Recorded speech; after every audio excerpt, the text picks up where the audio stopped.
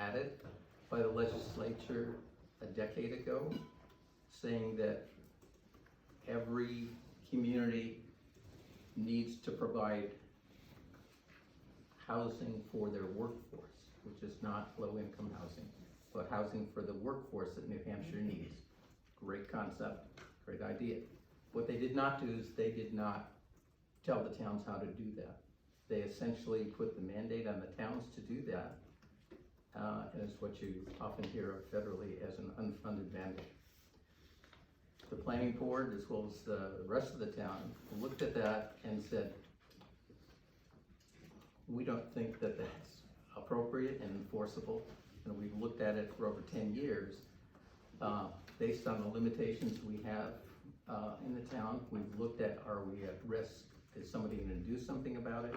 Is there enough developable land in Newington that any developer cares about that?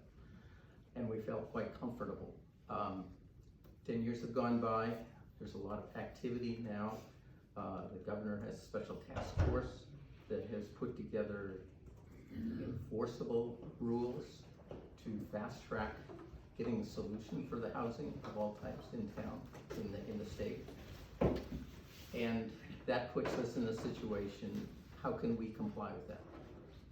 The voters of New Hampshire adopted what this board recommended several years ago, called mother-in-law apartments or accessory dwelling units. That takes care of half of the requirement to provide places that are affordable at the choice of the residents. That seemed to be a good fit for Newington and our type of zoning. There's a second provision that requires a multi-family units, which is essentially large apartment buildings of 5 or more. And you've all seen many of these along highways in various spots. That's more difficult for the town of Newington to do, but in looking at what is being, the pressure that is being put to the town to come up with something is the way that, the reason that this ordinance is being proposed is the way of a first step in allowing for that, to make sure that no one can say that we are not in compliance with providing simply the availability for it. We are not doing any arrangements or looking at any applications, but it gives the town the opportunity to take a look at where it should be, where it's most opportune, where it will fit best in with the current existing residential areas that we have, that we are all interested in protecting, as well as providing available opportunity for some type of workforce housing that many residents have asked for their sons and daughters that grow up and can't live close by. So that's my introduction. Okay. Anyone else want to say anything at this point? Any questions? Yeah. So basically, what it would do is these parcels are zoned for narrow scope of use, and by this overlay will make them have a wider scope of use. So it opens them up for a more marketable sale, because now they could sell to a developer. Yeah, basically. Whereas before it's just well, first of all, opposite. let me talk about the lots, and then we'll. This is Spalding Turnpike, Berry Avenue. Drive-in theater is right here. The old drive-in theater for those of us who've been around long enough.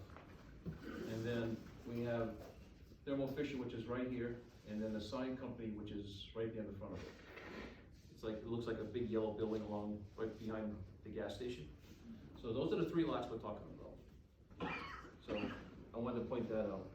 What this does, it allows the people that own those lots to still do what they want to do with it, that is a permitted use for office, but at the same time, it allows them to have an expanded use to put a housing units, 5 units or more, on that particular lot, on those particular lots. And one of the things that we did when we were looking at this is, and the state was looking at, is saying, is sewer available in the town anywhere? So sewer is available in the town in the industrial and office areas, but the only thing that's closest to the residential area, which we think, if you're gonna have a residential community, should be a part of the residential area, because otherwise they're excluded. A lot of times people, we hear from people in Patterson Lane, for example, down at their zone residential, but they're their own little community, but they feel left out from the main community. And what we felt like was really critical is making them a part of the residential community if these units were to be built. Again, remember, the landowner has to want to do this. Doesn't mean they want to, doesn't mean it's something that's in their vision for their land.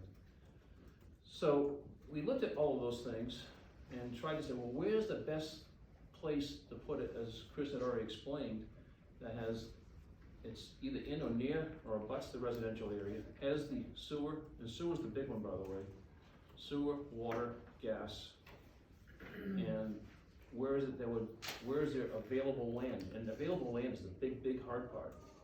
And right now there's land that's not developed. That's the old, what DOT presently owned as the old drive-in theater. And DOT has sold off land. They have done. They changed their minds where they're gonna build a garage. I guess there was one in Hampton or Northampton? Hampton Falls. Hampton Falls? Yep. I guess there was one and they sold it. They just outright, they were gonna do something, they changed their mind. So we said, you know what? Let's do something here that's gonna make us compliant and basically make it work for the town and basically allow us to do our fair share as what we were required to do. So does that answer your question, Greg? As far as, I know it went beyond your question. No, I'm just, it It makes. just allows them to do one more use on it that wasn't allowed before. Right, so what I'm saying is it's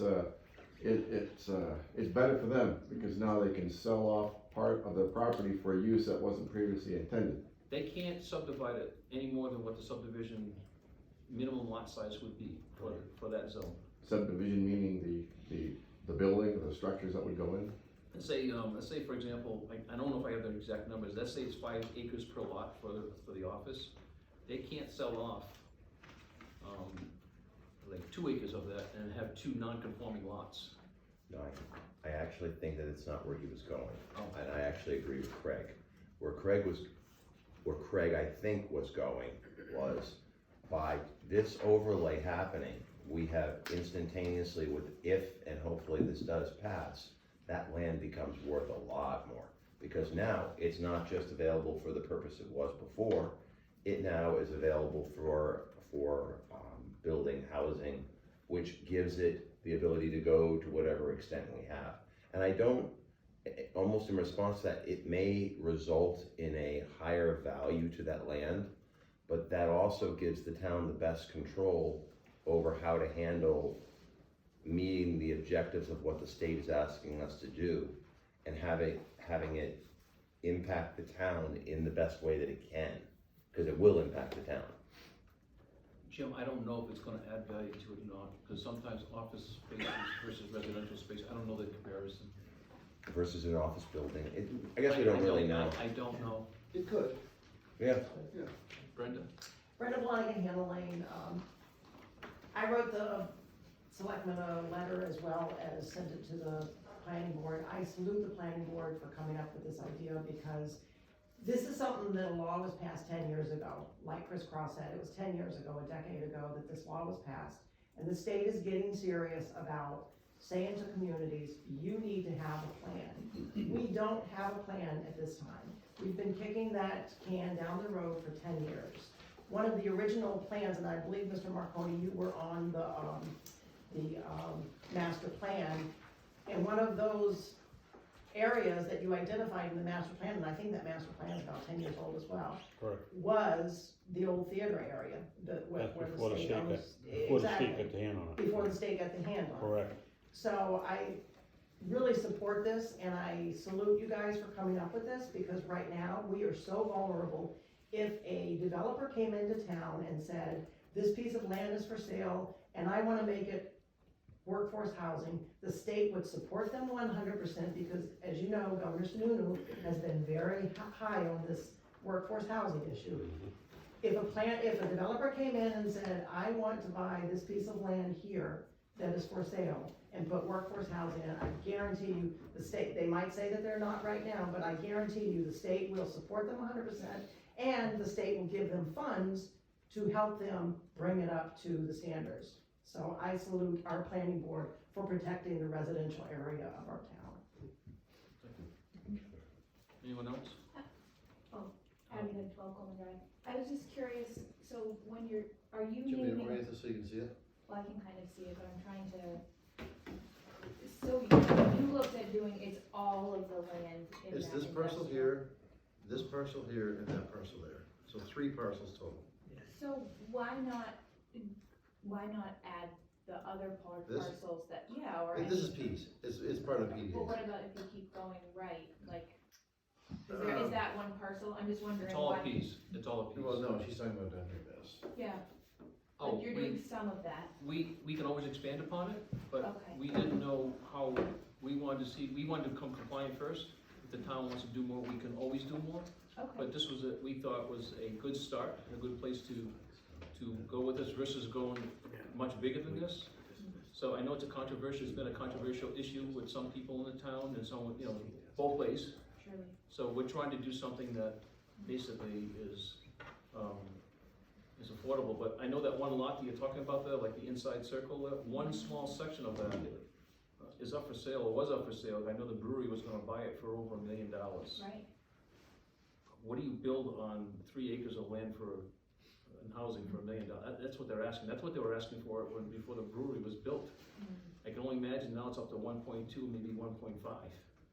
It just prices things out. That's a problem we have here in Newington, is the price of land is so expensive. well, I really appreciate you doing it on this side too. Well, we're trying to keep it and on this making side of the part highway. community. Yes, thank you. Yeah. I appreciate that, I think you're right, so often people would just, look at the industrial area and think about how to add it there. I'll tell you, one of the things that when Eversource was selling their property a little while back, one of the things that was looked at, especially like down Patterson Lane, at the end of Gosling Road, we had a lot of inquiries from high-end, very high-end housing, Yeah, it's on the water, and it's on the water. And they were gonna sell those apartments or those lots for millions. yeah, it's neat down there. But we need to protect the port, because we're the only deep water port in the country, in the area, the region. And that is an economic engine that we need to preserve, even though it's not built up now, it will be. It will come, it will take time, but it will happen. But we need to protect that for the region. So anyways, getting back to this, I So just the wanna make sure. where I say hotel, what is in where what? was the motel, what used to be that lot will be 1, 2?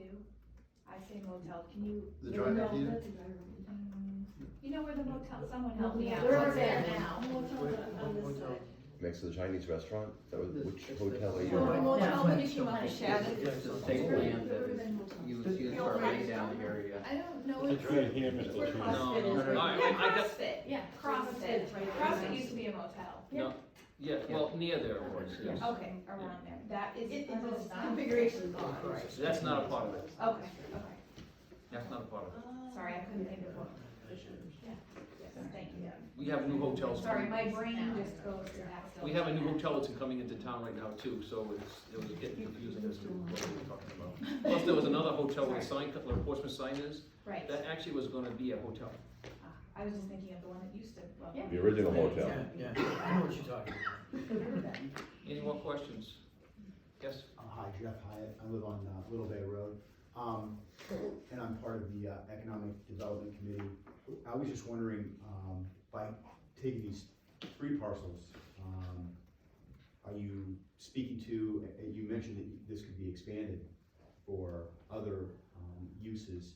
Are you dealing at all with anything at the Floundering Mall over there, anything, that's No, there's a, and you know this, there is a study that's going on right now that we commissioned 2 people. One is from Durham and another one is from, he's a planner, I don't know where he actually lives, but I know he's a planner for Greenland and other towns. That is a completely different thing. The study that is being done for the mall is for high-end housing, because that's what they have said, and if you came to listen to David Choate, he said, and other people have talked, is that the high-end housing doesn't really work well with the workforce housing. Workforce housing, when they come in with high-end housing, usually comes in around somewhere between 3 and 10% at best to make it work, but it's the high-end housing that pulls up the workforce housing. So that's a completely different issue. It has nothing to do with that. This is about becoming compliant with the workforce housing mandate that we have from the state. Does that answer your question?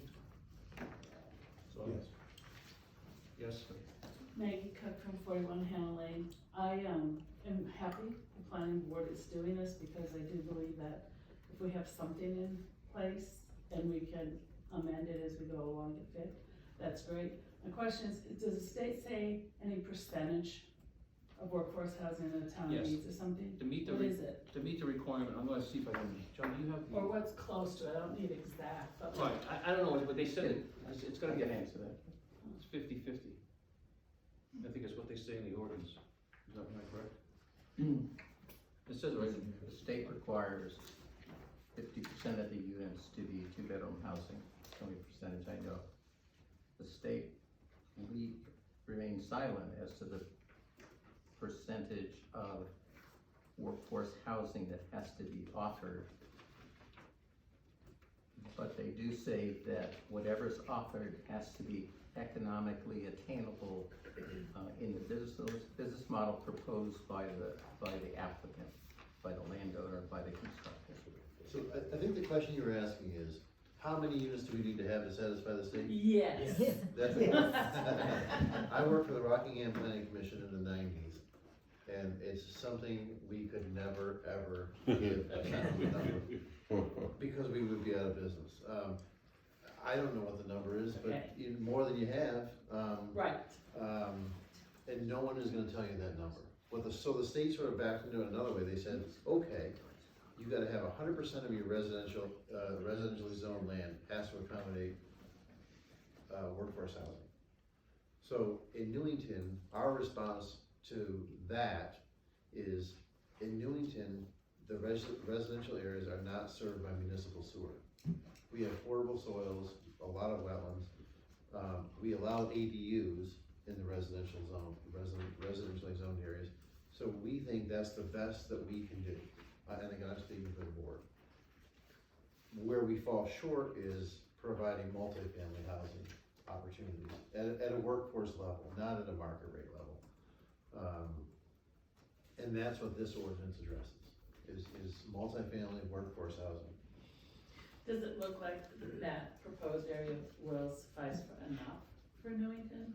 Don't know. I mean, if all three parcels, who knows? You know, and no one's gonna give us a number anyway, Yeah. so do we? Well, So We we just, just- we need to be compliant, we don't have to make the Right. land available, we have to be compliant with that land, that we zoned it, so it can be compatible, and we can't do things like saying, if we have, they can't hook up the sewer lines when the sewer's there.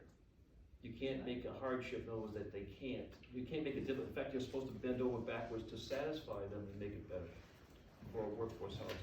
That's the big thing, and that's what they're saying, like, if we had sewer right there, but he's just 100 feet down the road, you say you can't hook up to it, we're gonna lose that battle every day. Dennis? So, okay, I just wondered if there was, I think the something that said best- you have to have X amount of area or something, and I'm glad we're doing this. I think the best answer that I can see in my mind to give you on that is, and Dennis did say it right, there is no magic number. And the magic number is going to be how we respond to the ways that we're approached by different developers to do what they're doing. So it was, and I'm repeating what was already said, fill in the box, check, we qualify. Now we wait, opportunity presents itself, we say, okay, here are the 3 zones, please bring us a plan, and then we go from there. We're not stuck in a position, so no number can be given to you. And that's fine, I didn't know if there was one else. Okay. yeah, I'm sorry, Chris. It's hard for me sometimes, I always see, I'm looking out there, and I don't see you sitting right there next to me, Chris. No problem. Let me provide a little insight to the board's thinking on this and why we selected these areas. Craig, first to your question, you said, will this additional use add value to the landowner? We don't know, okay? But if it adds value, it's good for the town, because if their value of their land goes up, our tax base goes up, and we'll receive more taxes for it. Okay, the question always is of this board, even our youngest member of the board was first to jump on this proposal. It's been long-standing in this town that zoning was put in place to save the land for the highest, best use that provides a benefit to the town. Okay, well, what is the value of the land? It's what it costs the town to provide services and support for it, and the benefits we get in taxes. I don't think anybody here would doubt that our most valuable land is the waterfront land. The value of that land is in the tens of millions, if not triple digit millions. Next is an industrial base, simply because there's money involved. If the land is in that zone, it has values. When we get to the commercial retail office, has value as well, but it requires more services. Ambulance, police, assembly of people, a number of other things. Residential land is the most costly for a town, for the benefit that it provides as far as taxes. I know our taxes have gone up a lot, so you're questioning that now.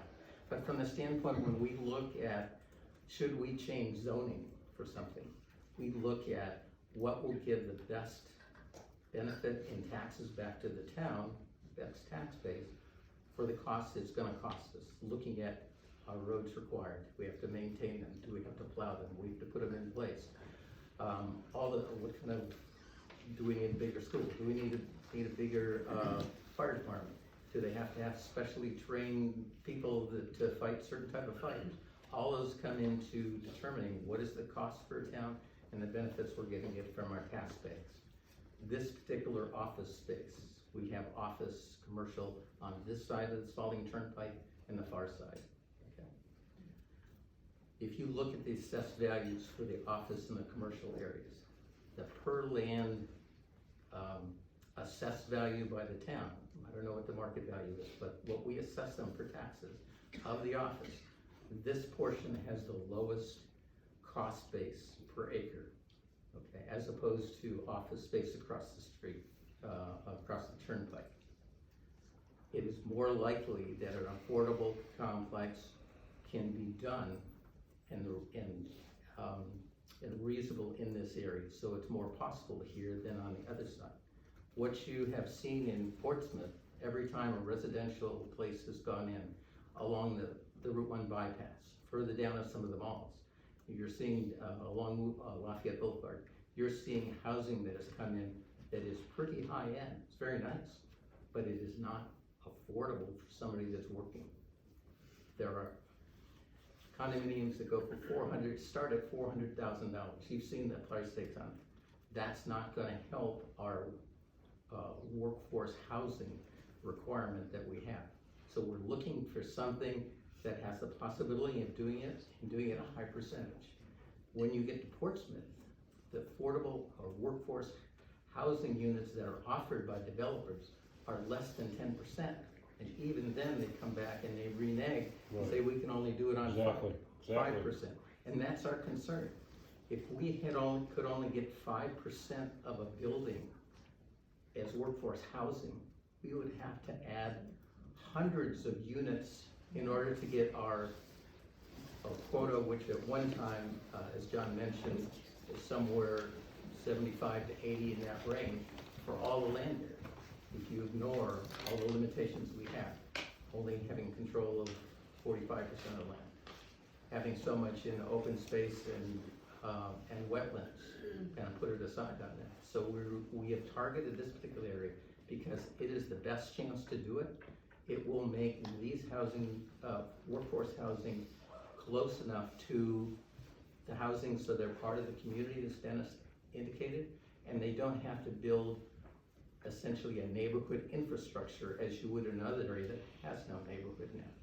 You're close enough to walk, but to walk up to the town facilities, and that's something that we can enhance the walkability of the area overall in the town, and it would have these units. So hopefully that answers your question about value, but this board very much is looking at building a tax base in this town and supporting it so that if we lose values from an industry leaving, such as our utilities, we are building up the tax base, and that has been always our justification for putting in Shattuck Way as the industrial road. That's been our focus on bringing and encouraging expansions of the current areas, including the mall areas. And Chris, I think you said it really nicely, the planning board over the years has been, I mean, we got low taxes because of good planning.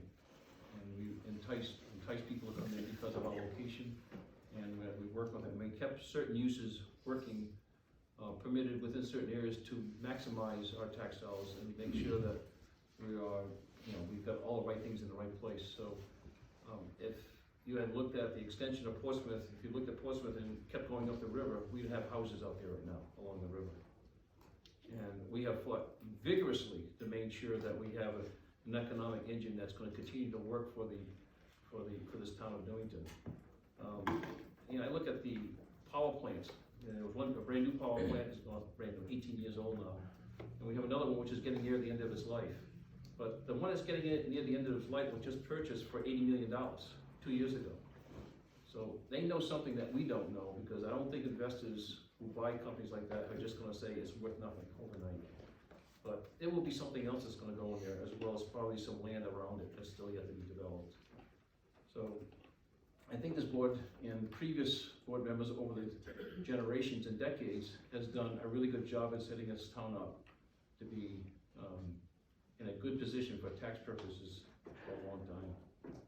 So, any other questions? Greg? Chris, you gonna say something? Oh, I was just gonna point out, and there are other uses that are coming forward on, we have the workforce housing, we wanna ensure that's done, but we have other areas we want the state of New Hampshire to be able to continue to grow. We, as Jeff knows, as a member, we have an economic development committee looking and trying to advertise in a way that a planning board can, to ensure that there are opportunities out there, and that people that are planning wind farms 10 years from now out at sea are gonna know that this would be a great base to put the transfer station, because we have the power lines and connect there. And it can be done efficiently, and there's land available along the waterfront to do that. There's someone, a couple, Greg? Go ahead. Greg? Me? Yeah. Okay. No, I just always been big on preservation for the town.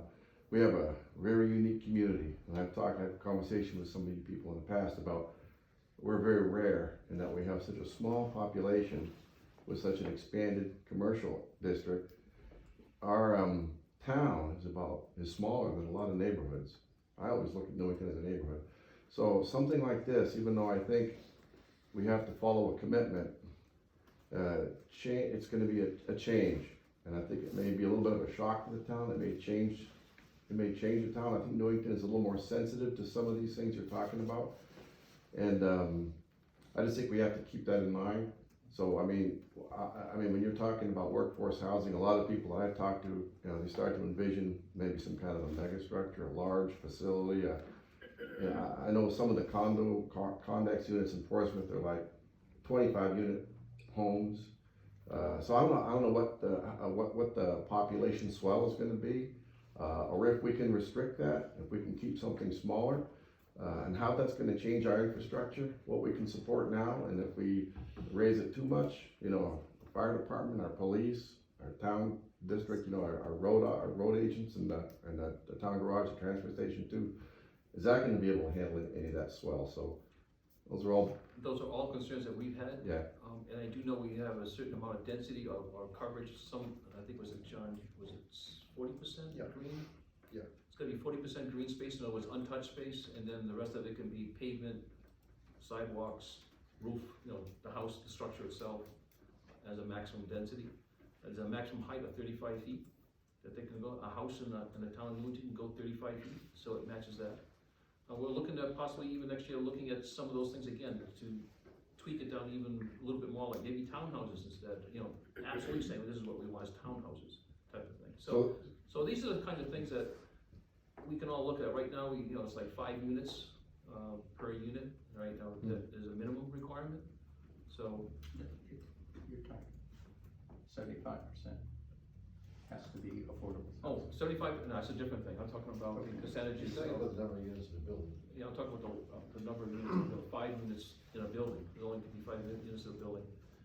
75% has to be workforce housing, 25% has to be regular regular, full market housing, but they both have to be built to the same standard. So in other words, you don't have, a lower standard throughout the whole thing. In other words, they have to be built for whatever market rate is. All right, Jennifer? Hi, Jen Campbell on Fox Point Road. So if I'm understanding, like, bottom line, that if we don't do this, we are putting our town at risk and that we do not have control of where this would go. So that in theory, if you had a developer and we don't have a place for workforce housing, you could have a piece of land that's sold to somebody and then they could put workforce housing there.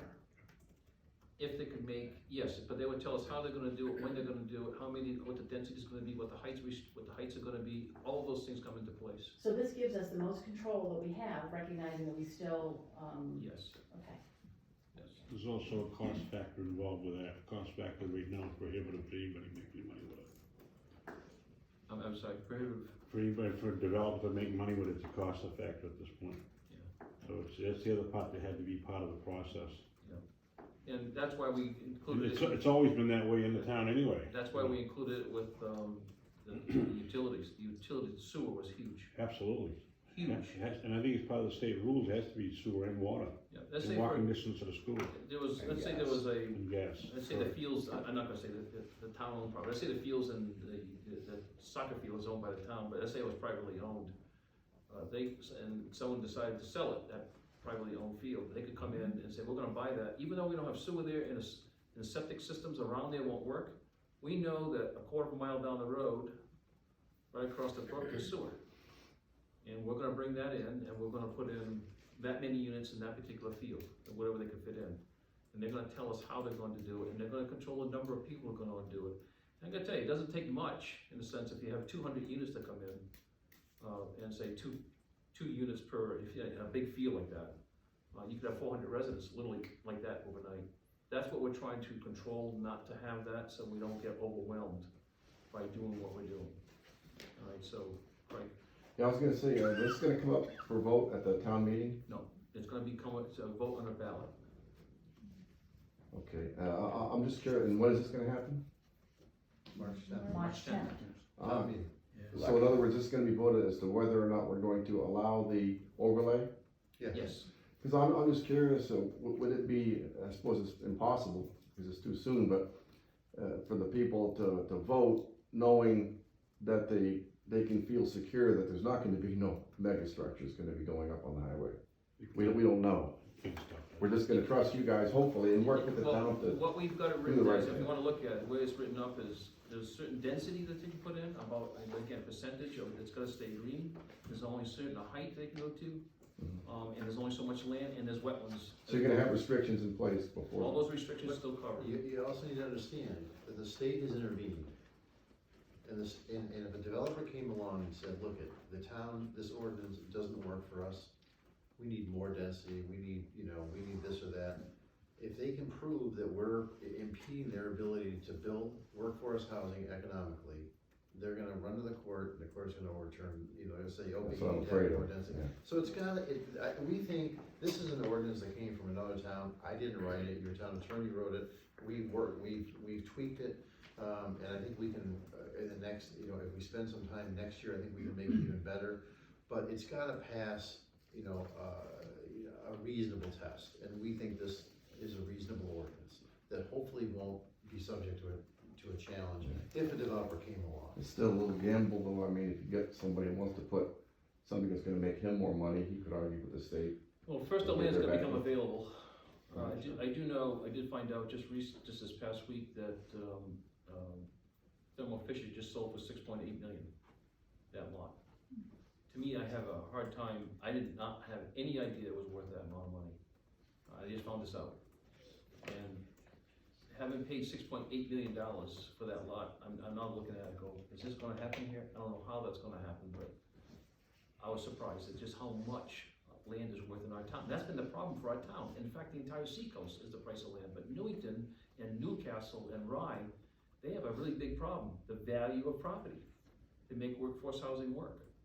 So we had to go with the things that were the biggest problems in other towns, and they addressed sewer and still maintain it close to a residential area and any land that could be available And that would be the drive-in theater, the way I'm looking at it right now, as something that could possibly become available if the state decided they wanna sell it off, if they weren't gonna keep it. But this is where we're at, and it's like, we have to do something to become compliant. If we don't, and someone comes along, we're vulnerable.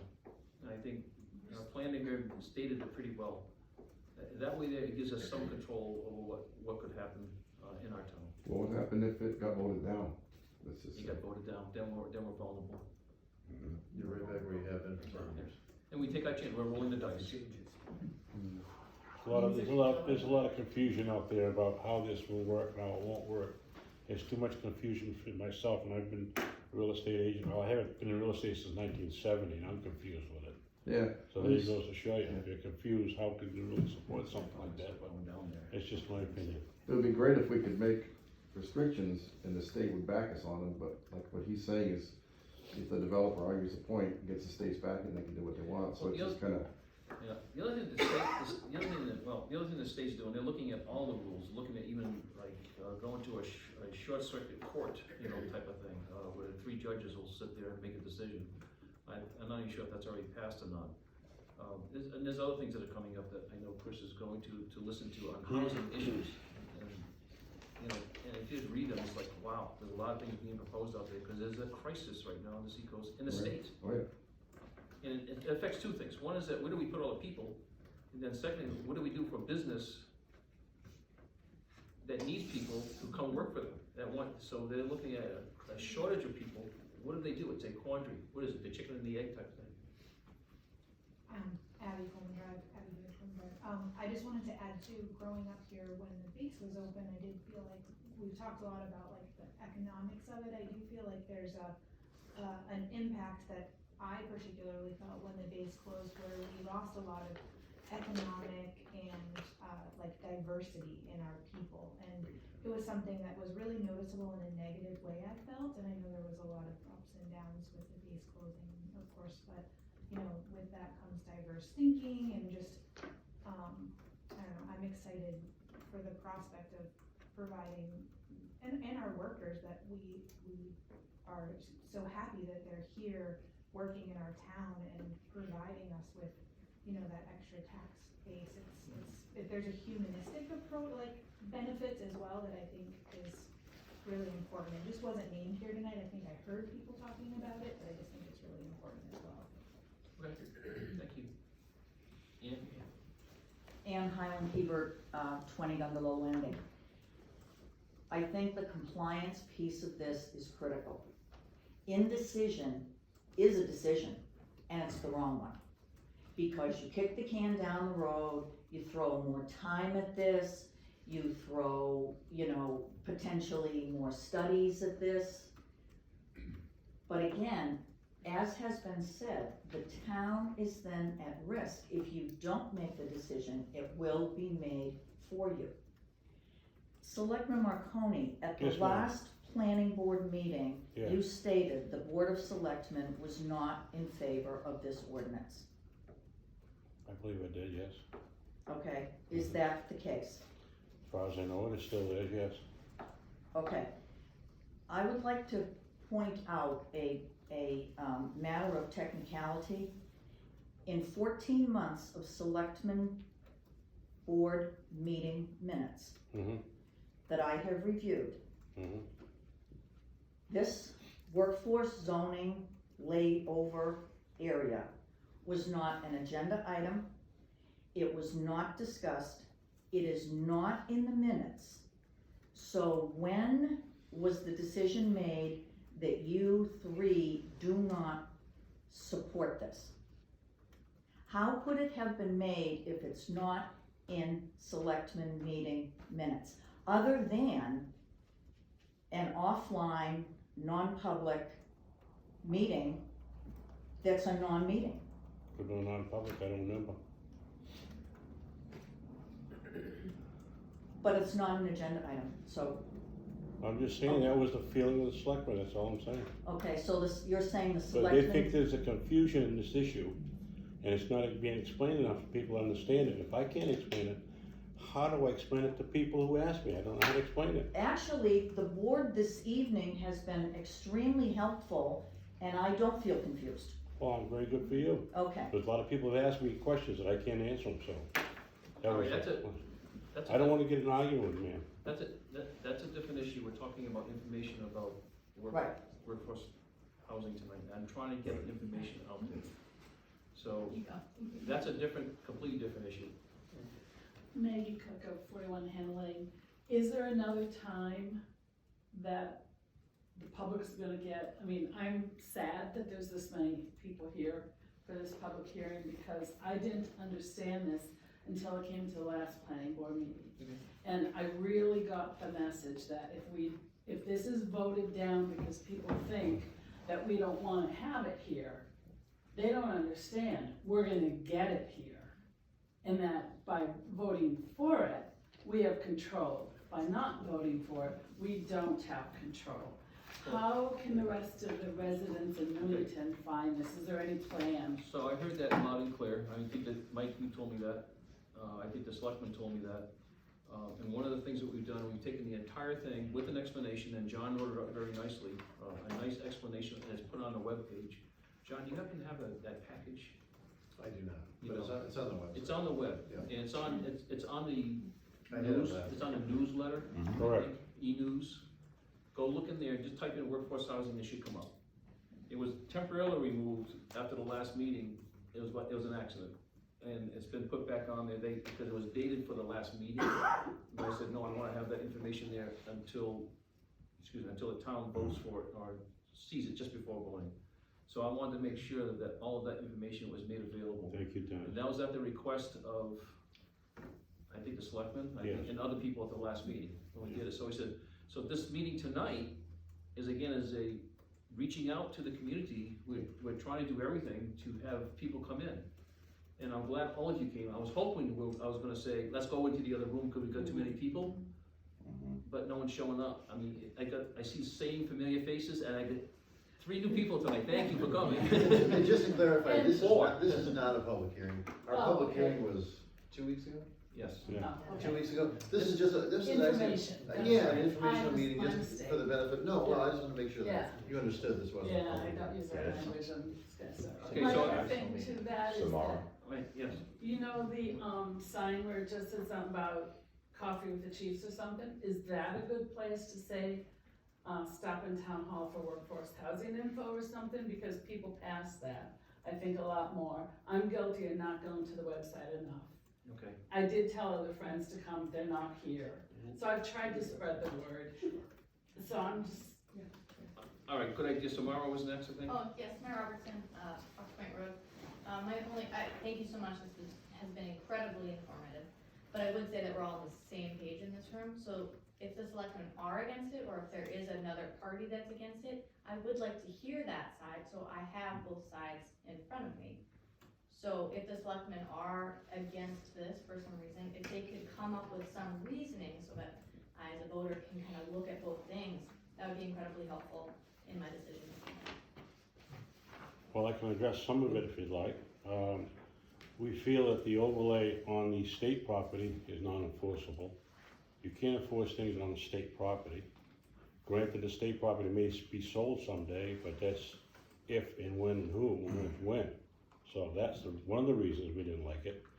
We feel that it was circumventing the study that's being done on the other overlay for the mall. Now, it may be 2 different items, but in a lot of people's minds, it's confusing. We're talking about housing. So, where do you go with it? So we asked for more information. What we'd like to do is have a little more study, a little more understanding what we can do with it. As Ann pointed out, or somebody else pointed out, I eventually, at the beginning I was for it, because at the time the drive-in theater was not state property, it was privately owned. And it made sense to me, and when I was sitting on this board before, that was the way to go with it. It's a perfect spot for it. It would be fed by water, by sewer, and by gas, right, Dennis? But now the state owns it, your hands are tied, and I don't think you can enforce it. And if I was a judge and you brought this in as a development on a state property, they just look at it and say, "You confused? You can't do that on state property." So maybe that is not the best place for it. Even the gentleman who spoke about the issue at the Economic Committee, Mr. David Choate, said that that was not a good site for it. And I'm not speaking as a realtor, I'm just speaking as an individual that has been dealt with real estate most of my life. And we didn't see it that way, so that was just one of the comments made. Russ? Well, I want to speak to this as well by saying that, with the planning board putting this out as a warrant article, the selectmen will get an opportunity to tell us whether they are in favor or not, right? No. No, this will be a paper ballot that you Correct. get when you walk in. There will be no explanation. When you go to vote for who you want to elect for Okay, town officials, so you get a paper ballot for ordinances. okay, I thought that they were sure of getting that. And it doesn't mean that the people will not support what the planning board wants, that's fine, we'll enforce whatever the planning board wants, the people vote for. It's just that we don't feel that that's the right thing to do, that was all. We can have disagreements, we can still be friendly.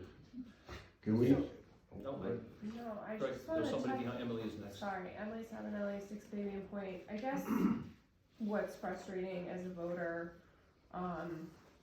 first of all, I appreciate the planning board holding this. I think it's great. I think that there's been a lot of information discussed to echo the point brought up earlier. I think that, it is sad that there are not more people here tonight. I was hoping that there would be more people here tonight because I think this is a time when, you know, this is a pivotal, this particular issue is something that's that could potentially hurt, you know, our community if we do not do something about it. I think there's a real potential there for that.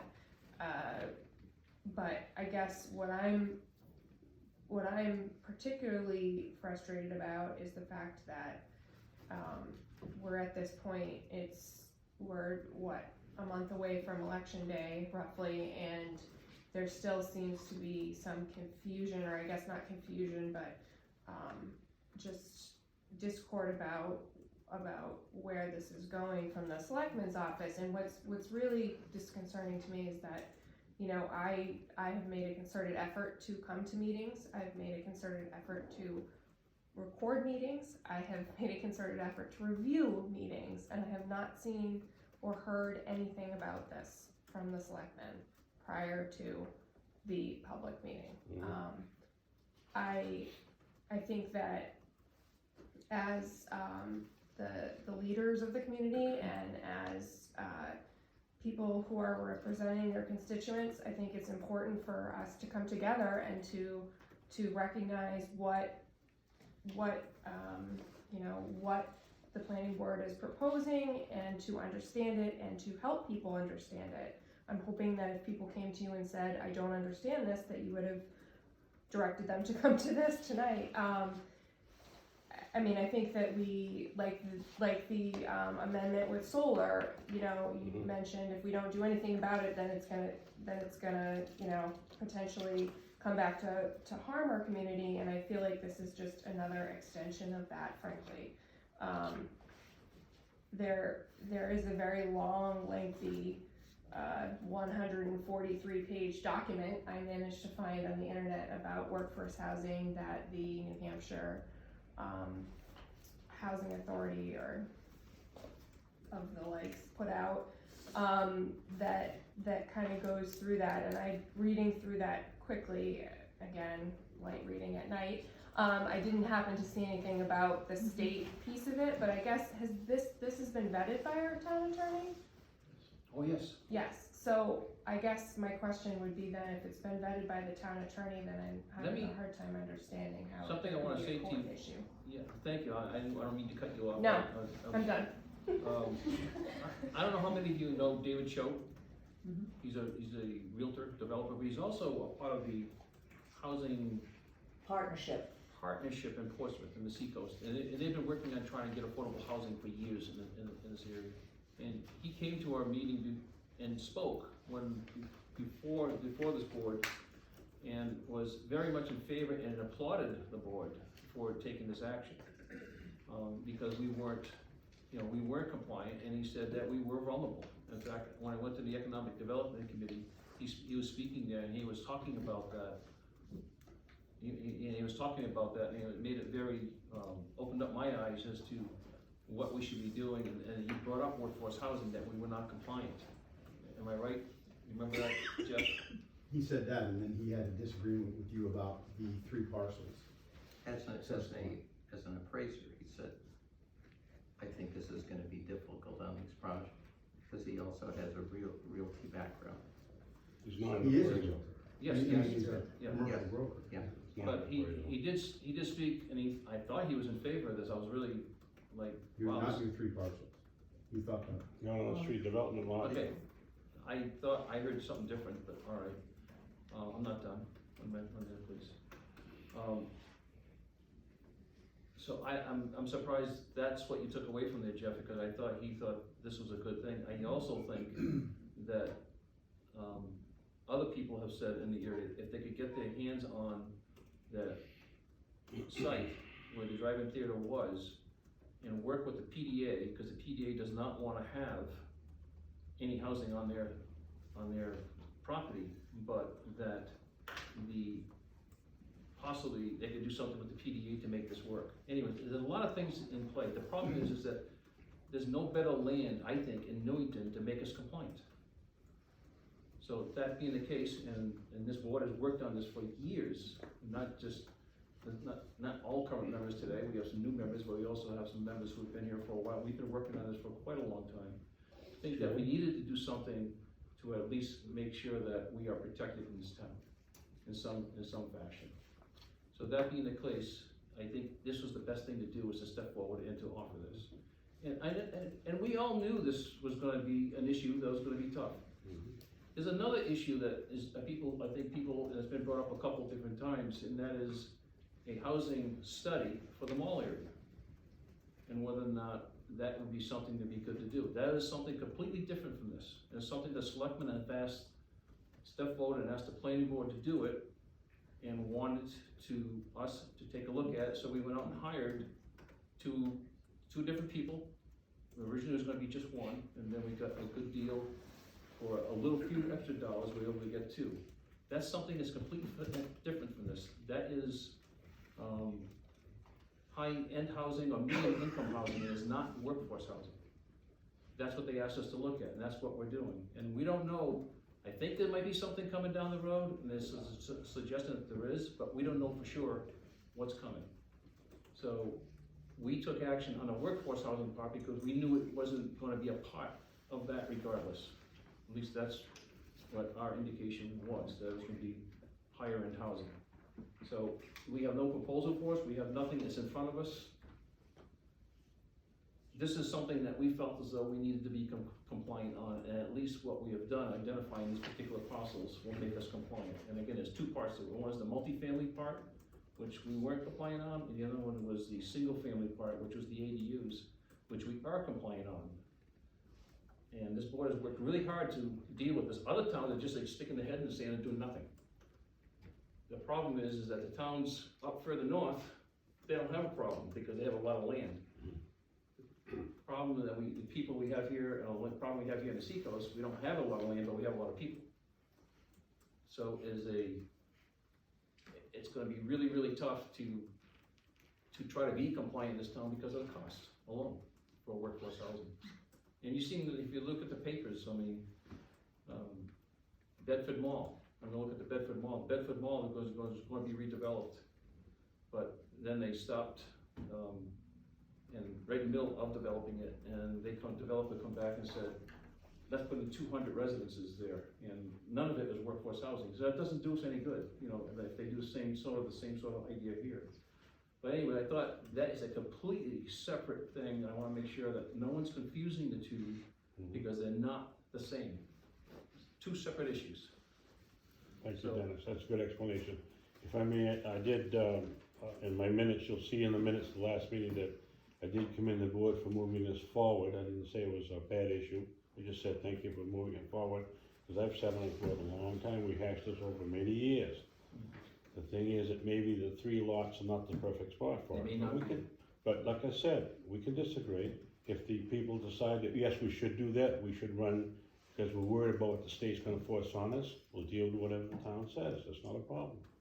But I think it's an explanation, by the board is what was recommended, and I'm glad that you are doing that this evening. It's not totally unheard by everybody. And I was at the meeting 2 weeks ago when Mr. Choate addressed the board, and exactly what he said to the board was that he applauded this board for choosing these areas, and that it was a start. He talked about the housing partnership, he talked about having to begin somewhere, and he was in fact in favor of what you're doing. And the minutes, I believe, will reflect that. Question. I'm sorry. Oh, that's okay. I was a lot quicker on it. So we say that this gets voted in, we have it, and 9 years down the road, the state says, okay, now you gotta act it, because you don't have it.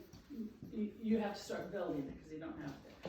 And it gets negotiated with the state, and it says, no, we can't. Can Newington then find another place if these 3 sites don't work? If you go down the road thinking that we'll give a try that they do, I mean, are we set that these are the only 3 that can ever be? I think the answer Dennis is about to say is no. I'll let him say that. Let me provide a little insight what I've learned at the state level legislative hearings on it. There's 2 bills going forward. And as Mr. Choate mentioned, and also several other individuals that we've met with through the Rockingham Planning Commission have indicated that constructing multi-family housing, particularly workforce housing, takes a number of years. It's a process that goes through. And so we will have a number of years to work on this. I don't anticipate it'll be a dead-end proposal. One of the bills that are working on the legislature is not only direction to do this, it is financial incentive for builders, for towns and others, be it infrastructure development that the state will provide funding for if it's going to support a workforce housing. They will provide special commercial benefits to a builder of workforce housing, such as taking the business profits tax from reduced by 25 or 1/3 for a number of years.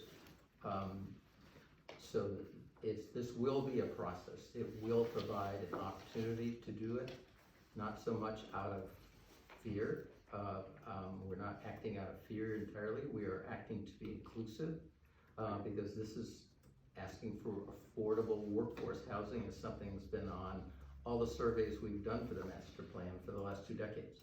We just haven't had a way of getting into it. These workforce housing coalitions will work with us. They'll provide some incentive and ideas. There are a number of different things that can fall into place, many ideas and proposals that are going forward.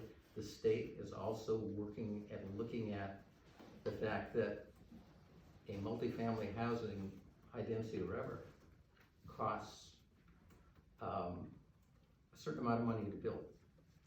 Whether you build it on the seacoast or you build it in northern New Hampshire.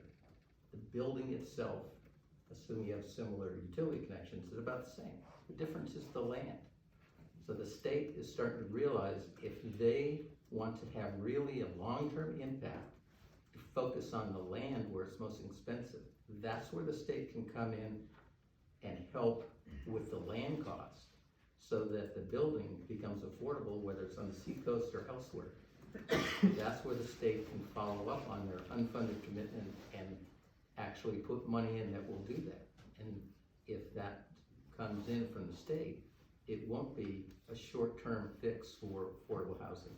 You look at San Francisco, New York, Boston, they all have affordability problems because it keeps recurring, because all these workforce housing are built for 20 years, 25 years. If the state gets involved in subsidizing the land cost, then it doesn't make a difference which part of the state it is. They put more money down here, but the housing is where it's there, and they can ensure that it is affordable forever. Now, it won't be the same price. It'll go up with the cost of inflation, and based on the 30% of the mean income is what it's based on. It goes through, but it will stay relatively below the cost of market value forever. And that's something that we would really like to see, is something that doesn't last for a little while, and then 20 years from now, we have to find another area to put affordable housing. That's the real solution, and the state is starting to realize that and kind of focusing on it. All right, so, is there any more questions out there for anybody?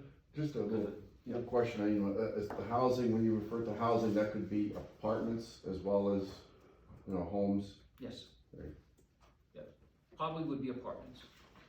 Probably. Would probably be apartments. Hmm. And, you know, it's, as far as what it physically looks like, it would be depending upon what the developer would be coming in with, but there are certain restrictions that we have on it as far as what they can. Yeah, cause I know I read the state website on it, and it was so varied. It did start from low-income housing, and it went up to $400,000 homes were considered workforce housing. It was quite a. It's quite a span there. Yeah, it just doesn't seem like we would have much control. We would have to do what the state would suggest. Well, that's why we have some restrictions in there, how we want to see it for our town, like ADUs is a part of it, accessory dwelling units. It has almost no impact on the town in the sense of what it looks like, and it's spread, anyone can put an ADU in their house unless it's a duplex, or it has to be a single family residence. As long as you meet the septic requirements and other requirements to put it on there, I mean, obviously. So we adopted that, but again, we're being told that we don't meet the multifamily part. So we're trying to meet the multifamily part with the areas, and the board knows the land in the town really well. We've been working with it for a long time. We know the utilities, we know the land that's out there, and we don't wanna put residential in the middle of an office space, an industrial space. It just doesn't make sense to do that, it's not compatible. You know, it just doesn't work. So we're just trying to do things that include it into the residential area, so that the area we chose is, again, we're going over the same ground, and abutted the residential area, they'll be included into the residential area, if the landowners decide they wanna do it. They don't have to do it. All we have to do, the state says, all we have to do is make land available. It's up to the landowners to decide what they're gonna do with it. It's their choice. I see. It's their choice, it's not our choice. We have to make it available and provide for land to be built upon. Even an ADU, we can't force anybody to put an ADU on their house. We can't say to somebody, you know, for the town to become compliant, you need to put an ADU in your house, that's But the same thing. they'll still have to abide by the restrictions that we place. If we pass this. So, It's just confusing, because you say they can do what they want, but. no, if we do nothing and they get a hold of some land, like, I say the land that's behind your house, that was looking at being developed a short time ago. If they decided that they could get that land and make it work, they would tell us how they're gonna do if we had no compliance, if we had nothing chosen. All right, so I'm seeing people leave, so I think we're at 8 o'clock.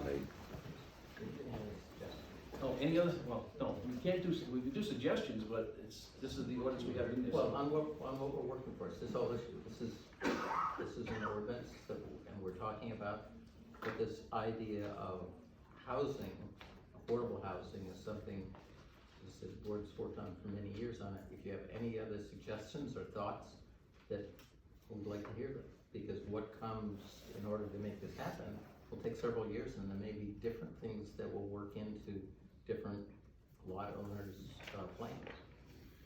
I just have a question, there was a meeting about this previous to this, to today? Oh, there's been, yeah, there's Public meetings? Yes, Public hearing. So there's been a lot of questions and answer periods? And we've been talking about this in the master plan for the last 3 years. Yeah. I mean, housing is the Right. biggest issue in the. But I mean, you think people are well notified about the issue, they'll be informative? I think we're trying to reach out, like this for tonight's meeting, we've been reaching out and trying to do everything. We can't get people to come to meetings, we're trying to reach out, make sure we had announcements on our webpage. We put all the information out there that people could read. We're doing everything we can, but I don't know what else to do. Yes, I've talked to several people and they're like, what? I don't get it, I got the mailer, I got the thing in the mail, you know, but it's And important. One thing that I would like to say is that your meetings are not necessarily always attended by hundreds of people. However, in this town, the one thing residents do support is the planning board. Because your decisions, your direction, your rules and regulations, the conditions you put on developers, on subdivisions, have resulted in our town looking like the gem that it is. So, when an ordinance is recommended by the planning board, there is confidence in their decision as elected officials representing the town, and voters support that. I think you just gotta look at our past, I think what Anne's saying, we gotta look at our past, Performance. Oh, yeah. performance, and then look at what we are living in today. You got my And confidence. we're It's the trying, state worries me. we're trying to do the same thing, like, basically what we're saying is, before they do it to us, let's choose our own poison. Yeah, Yes. If that's the right, I hate to use that, but that's not the wrong word, it sends the wrong. no, I know. It's Let's just the choose state, what we wanna do, let's not wait for them to tell us what they're going to do, this is the state that worries me, that's all.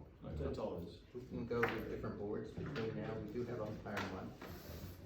Jeff, we'd love to come to the Economic Development Committee and talk some issues, get some feedback there.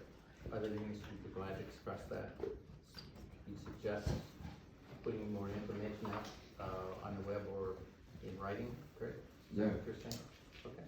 Yeah, and then if there's stuff available online, the town website is kind of a dry website, but I'll take a look and see. if Look there's- up e-news, go into there and just type in workforce housing, it should pop up. E-news, No, you go into the website, just type in workforce housing, it should. on the search window? Yeah, okay. Okay? Thank you for all the work that you've done. We're thinking about having one more meeting if we have time, but the thing is, we have a lot on our plate, we have a hotel, we have, we're trying to find the time, maybe we have a special meeting, a different night meeting just for this, alright? We'll try to do something. Coffee with the chair. Coffee with the chair, coffee with the mic. Oh, There you yes. go. Right. Fine. Alright, we're gonna take, Yeah. yeah, we'll take a good break, I think Erica, you needed to, I'm gonna get on a call at 8:30, yeah. I have to, yeah, Jane has to take a